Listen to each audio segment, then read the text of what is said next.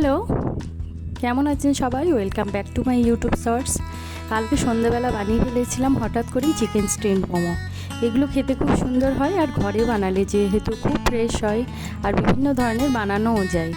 এখানে chicken, capsicum, গাজর, গোলমরিচ, একটু বেশি করে বাটার, লবণ, তেল সমস্ত কিছু দিয়ে মেখে রেখেছিলাম ফিলিংটা।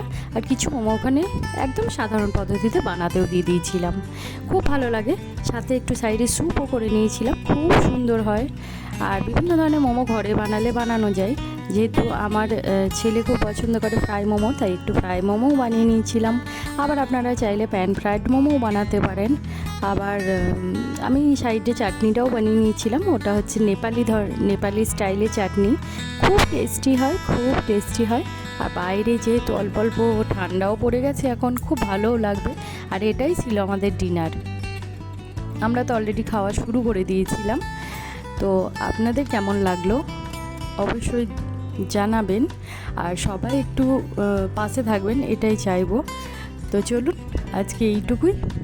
আবারও দেখা হবে অন্য কোনো রেসিপি বা অন্য কিছু নিয়ে হয়তো। সবাই ভালো থাকবেন। আজ আসি, টাটা।